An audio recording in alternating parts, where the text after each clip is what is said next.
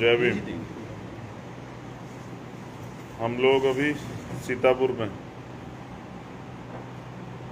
Sitapur police line में, और arrest किया गया है। और अपराध आपको पता,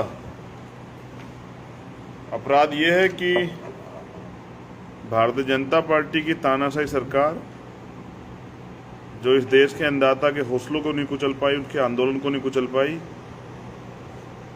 तो उन्होंने आज किसानों को कुचल दिया। 3 से 4 किसान भाई आज हमारे बीच नहीं रहे, वो शहीद हो गए। लेकिन जालिम सरकार तानाशाही तो देखिए कि आज जब लगभग जैसे किताबों में हमने पढ़ा कि जलियांवाला बाग, जनरल डायर ने जिस तरह से निहत्थे भारतवासियों पे गोली चलाई थी, आज इस तरह के हालात जो हैं उत्तर प्रदेश में लखीमपुर खीरी में देखने को मिले।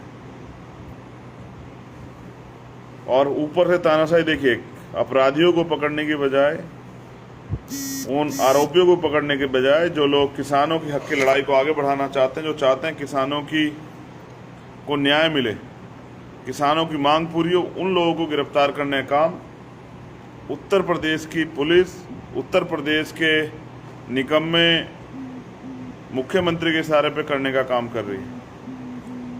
मैं पूछना चाहता हूँ, रात के 2 बज रहे हैं, क्या उत्तर प्रदेश में पीड़ितों का दर्द बांटना, उनकी लड़ाई लड़ना, उनके बीच जाना, उनकी न्याय की आवाज़ को उठाना अपराध है? और अगर ये अपराध है तो फिर हम सब लोग हैं किस लिए? अगर हम जनता की आवाज़ को नहीं उठा सकते हैं, देश के अन्नदाता के साथ नहीं खड़े हो सकते हैं, उनके दुख सुख को नहीं बांट सकते हैं, तो फिर हम लोग किस लिए हैं? आज अन्नदाता कुचला जा रहा है, कल किसी और का नंबर होगा।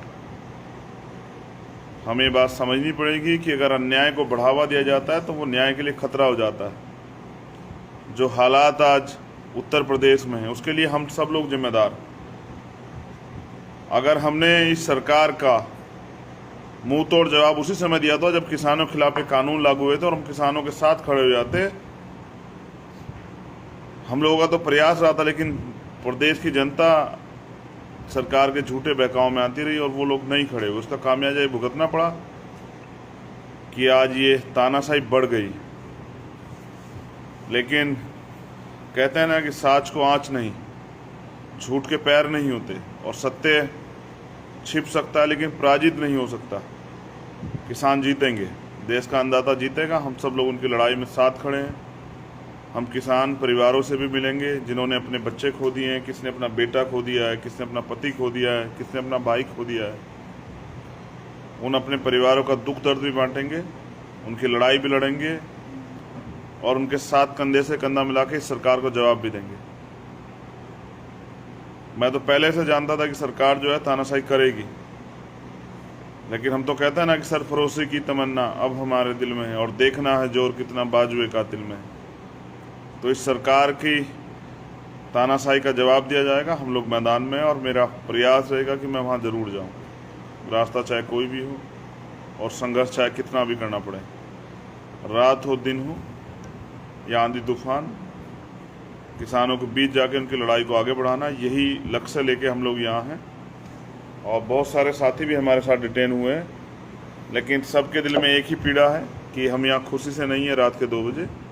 अगर हैं तो अपने देश के अन्नदाता की लड़ाई लड़ने के लिए, उनके साथ खड़े होने के लिए, विश्वास दिलाने के लिए कि हम उनके साथ खड़े। ये लड़ाई लड़ी भी जाएगी और जीती भी जाएगी। जय भीम, जय भारत, जय जवान, जय किसान।